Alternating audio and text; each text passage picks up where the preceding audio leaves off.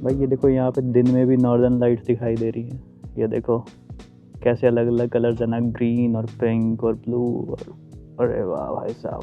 Train भी हमारी काफ़ी सही है, सस्ती ट्रेन और इतनी अच्छी ट्रेन। स्वीडिश ट्रेन बढ़िया है यार, मतलब नॉर्वेजियन ट्रेन में मैंने पहले ट्रैवल किया है, वो महंगी होती हैं।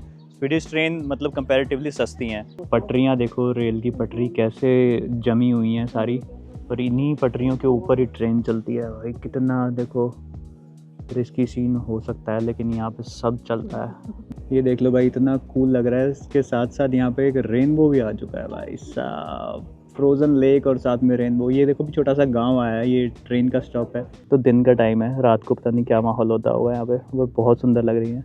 बाकी सीट बहुत ही सही है, कंफर्टेबल है। आप देख पा रहे होगे कितनी यहाँ पे चौड़ी सीट मिली हुई है हमारे को, ठीक है। और भाई दैट्स इट। ओके, तो welcome back to a new video. मेरा नाम है तरुण और इस नॉर्डिक सफ़र में दुनिया के नॉर्दर्न मोस्ट एरियाज़ में घूमते हुए नॉर्वे और उसके बाद फाइनली स्वीडन, और आज स्वीडन से मैं फिर जाने वाला हूँ नॉर्वे। आपको दिखाने वाला हूँ मैं एक दुनिया की सबसे खूबसूरत ट्रेन राइड। हाँ, आपने सुना होगा कि शायद स्विट्ज़रलैंड में भी खूबसूरत राइड होती हैं, स्विट्ज़रलैंड में भी होती हैं, लेकिन one of the beautiful train ride north of the world, जो कि मैं अभी हूँ आर्कटिक रीजन में भी होती है। आज मैं एक ट्रेन लेने वाला हूँ स्वीडन से जाने वाला हूँ मैं नॉर्वे। पिछले कुछ वीडियोस में मैंने आपको नॉर्वे दिखाया, लेकिन नॉर्वे का एक हिस्सा जो कि रह गया था, मैं उसको देखने दोबारा से जा रहा हूँ। साथ ही में मुझे एक बहुत ही प्यारी ट्रेन राइड मिल गई, 3 से 4 घंटे की ये ट्रेन राइड होने वाली है। पीछे आपको दिख रहा है किरूना टाउन, ये एक आयरन और की यहाँ पे माइन है, जिसकी वजह से ही ये ट्रेन चलती है, मतलब ट्रेन चलती स्टार्ट हुई थी।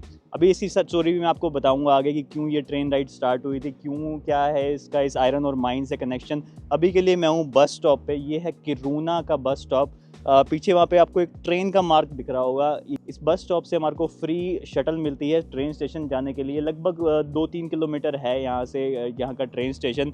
और अभी मैं यहाँ पे पहुँचा हूँ, फटाफट से ट्रेन स्टेशन जाएंगे। जैसे हमारी बस आ जाती है, वहाँ से हमारी एक ट्रेन राइड है जो कि हमें लेनी है 170 किलोमीटर। ये ट्रेन हमारे को लेके जाएगी किरूना जो कि है northern most city in Sweden. उससे हमारे को लेके जाएगी नार्विक, जो कि है एक बेहद खूबसूरत city in the north of Norway. और इस ट्रेन जर्नी में हम देखेंगे बेहद दुनिया के कुछ खूबसूरत नज़ारे।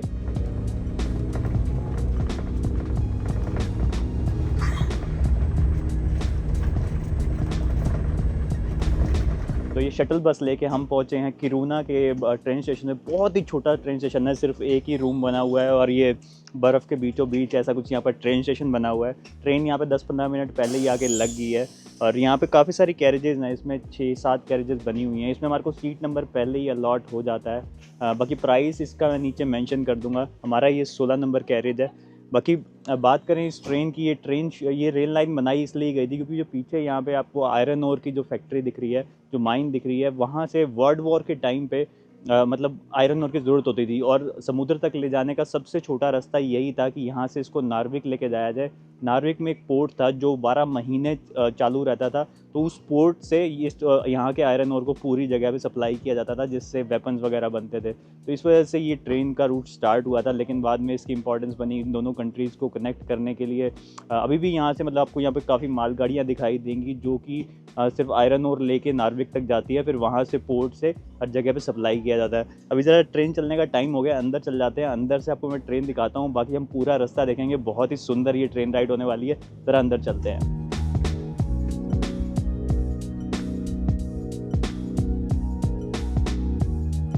तो मेरे पीछे जो है आप सुंदरता की मिसाल देख रहे हो, ये इस पूरी ट्रेन की हाईलाइट है। ये पीछे एक लेक है, ये स्वीडन की सबसे बड़ी और सबसे डीपेस्ट लेक है, और स्पेशली ये आर्कटिक में है, तो ये पूरी लेक बहुत ही फ्रोज़न रहती है। अभी हम काफ़ी किलोमीटर इसी लेक के साइड में चलने वाले हैं।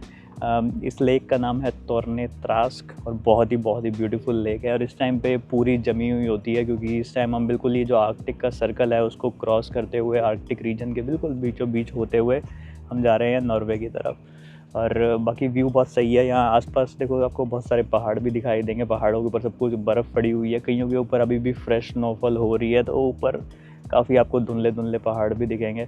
तो काफ़ी भाई सही माहौल है यहाँ पे। बाकी कुछ ऐसे हैं ट्रेन के इंटीरियर्स, काफ़ी खुला लेग स्पेस मिलता है यहाँ पे। और बाकी हमारे को एक विंडो वाली सीट मिली हुई है, जिससे बाहर ही खूबसूरत लेक हमारे को दिखाई दे रही है। ठीक है। और बात करें यहाँ की, तो यहाँ पे एक सामान टांगने के लिए हुक हो गया, ठीक है। ये एक शेल्फ मिली हुई है, काइंड ऑफ डेस्क आपका सामान वामान रखने के लिए। कप होल्डर लगे हुए हैं यहाँ पे, एक फ़ोन और कंप्यूटर लैपटॉप वगैरह चार्ज करने के लिए जगह है, ठीक है। और बाकी यहाँ पे आपका स्पेस है, कुछ एक मैगज़ीन रखी हुई है, और यहाँ पे एक डस्टबिन लगा हुआ है। बाकी सीट बहुत ही सही है, कंफर्टेबल है। आप देख पा रहे होगे कितनी यहाँ पे चौड़ी सीट मिली हुई है हमारे को, ठीक है। और भाई दैट्स इट।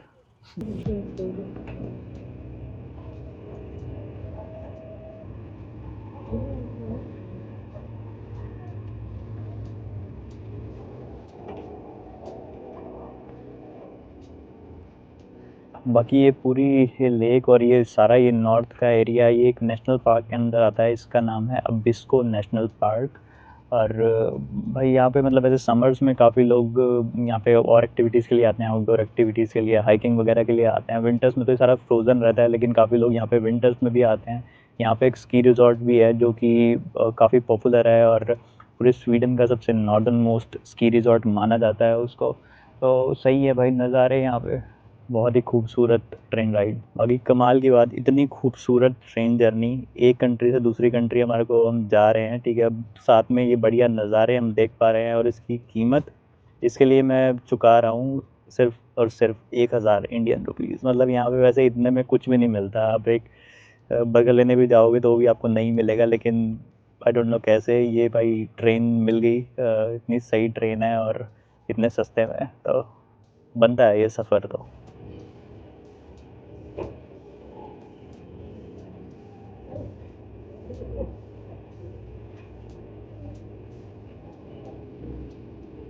भाई ऐसे लगता है कि पूरी दुनिया ही ये जमी हुई है, मतलब सब कुछ देख लो जमा हुआ है।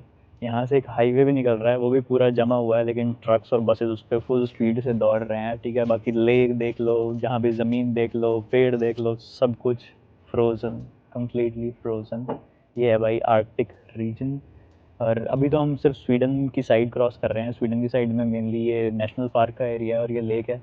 इसके बाद जो इसका सेकंड पार्ट आता है, और जो इस बहुत ज़्यादा ब्यूटीफुल पार्ट आता है, वो जब हम नॉर्वे में एंटर करते हैं, उसके बाद मतलब वहाँ पे काफ़ी हाइट पे होते हैं हम। उसके बाद हम नीचे उतरती है ये ट्रेन, क्योंकि इसको कोस्ट पे जाना है। वो एक और ट्रेन आ गई, मालगाड़ी है ये, वो आयरन और वाली माइनिंग से जो आती है ट्रेन, वो है। देखो अभी ये माल छोड़ के, आयरन और छोड़ के नार्विक में वापस जा रही है किरुना की तरफ।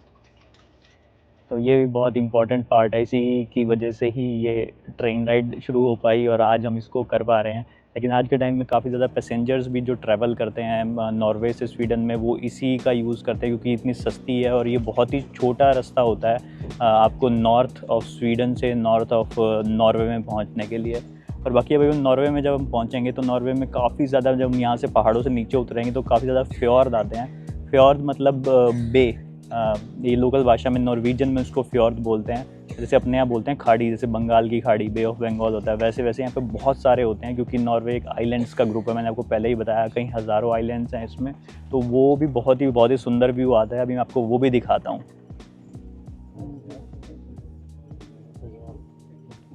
ये देखो, ये एक ना यहाँ पे अभी स्टेशन आया है, इसका नाम है अबिस्को ओस्त्रा। तो ये जो अबिस्को नेशनल पार्क मैंने आपको बताया, यहाँ पे एक स्की रिजॉर्ट बना हुआ है। अभी मैं आपको एक पहाड़ दिखाऊंगा भाई, इतना बड़ा पहाड़ है ना, पूरे बर्फ़ से पड़ा हुआ है। और यहाँ पे देखो घरों के बाहर भी आपको ऐसे देखो स्की वगैरह पड़ी हुई है, क्योंकि यहाँ पे हर घर यहाँ पे स्की के लिए ही होता है।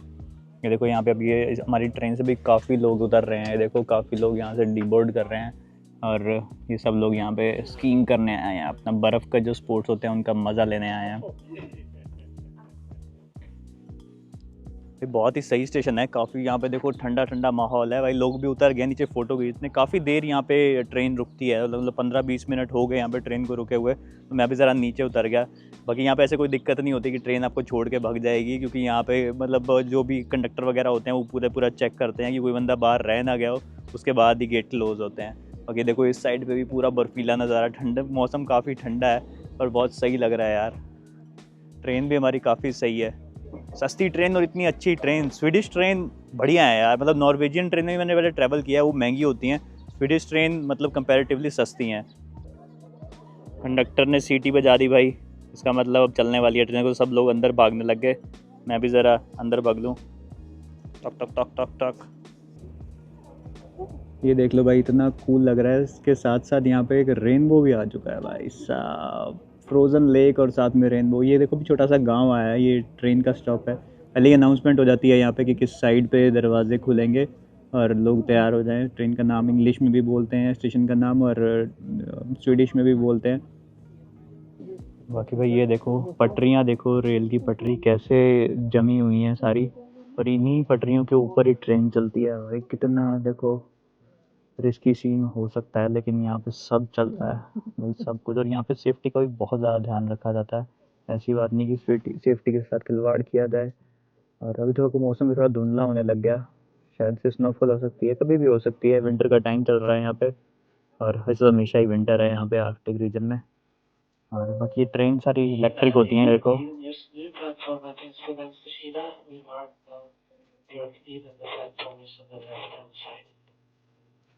ये देखो यहाँ पे ऊपर ये वायर्स पे लगी हुई हैं, पूरी सब इलेक्ट्रिक ट्रेन होती हैं यहाँ पे प्रॉपर।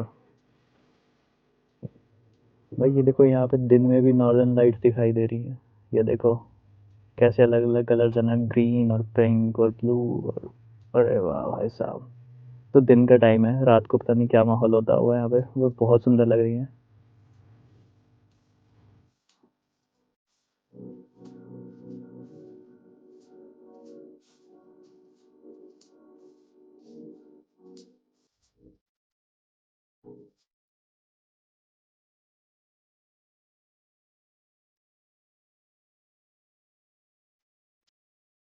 तो ये सब ना यहाँ पे कैंप करने आते हैं, मतलब ये प्राइवेट ऐसे पार्किंग ग्राउंड्स होते हैं जहाँ पे आप कुछ पैसे दे के और अपना लेक के किनारे रह सकते हो और फिशिंग वगैरह करो, मस्त जीवन जियो। पर ज़्यादातर लोग यहाँ पे समर्स के टाइम पे आते हैं, विंटर के टाइम पे यहाँ पे सिर्फ पार्क करके छोड़ देते हैं। अब भाई यहाँ की प्राकृतिक सुंदरता ने अलग ही मोड़ ले लिया है। अब लेक वगैरह चलेगी, यहाँ पे बड़े बड़े ऊंचे ऊंचे पहाड़ आ रहे हैं, उनके बीच से भाई मतलब गहरे गहरे जॉर्ज से निकलती हुई, खाई से निकलती हुई ये ट्रेन, और जमी हुई वाटरफॉल्स। भाई अब ऐसा नज़ारा है खतरनाक। अब आई थिंक हम नॉर्वे में एंटर कर चुके हैं या फिर करने वाले हैं, बिल्कुल बॉर्डर पे ही हैं। और भाई बहुत ही गजब नज़ारा।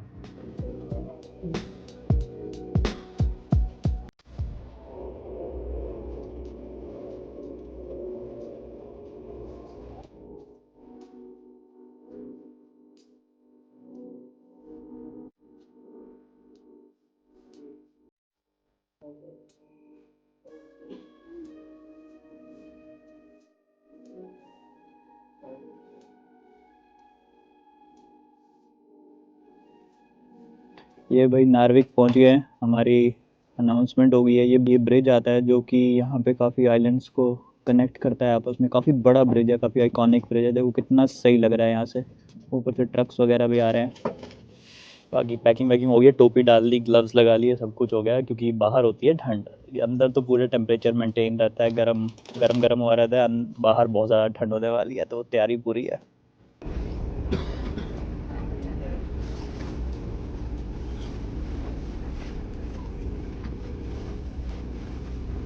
ओके, तो फाइनली सस्ती ट्रेन ने हमारे को पहुंचा दिया है नॉर्वे। तो आपका भाई आपको फिर से स्वागत करता है। Welcome to Norway once again, दुनिया की सबसे सबसे ज़्यादा महंगी कंट्री, और साथ ही में बहुत ही ठंडी कंट्री। अभी ये सफ़र पूरा करके हम पहुंचे हैं नार्विक नाम के स्टेशन पे। नार्विक एक नॉर्थ में बहुत ही पॉपुलर सिटी है, लेकिन बहुत ही ठंडी सिटी है, क्योंकि ये आर्कटिक सर्कल के अंदर और आर्कटिक रीजन के बीच में आती है।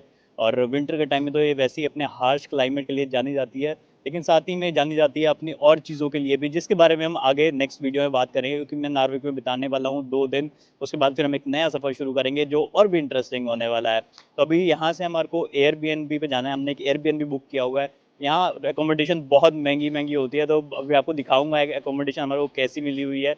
लेकिन बड़ी मुश्किल से करके हमने एकोमोडेशन ले ली।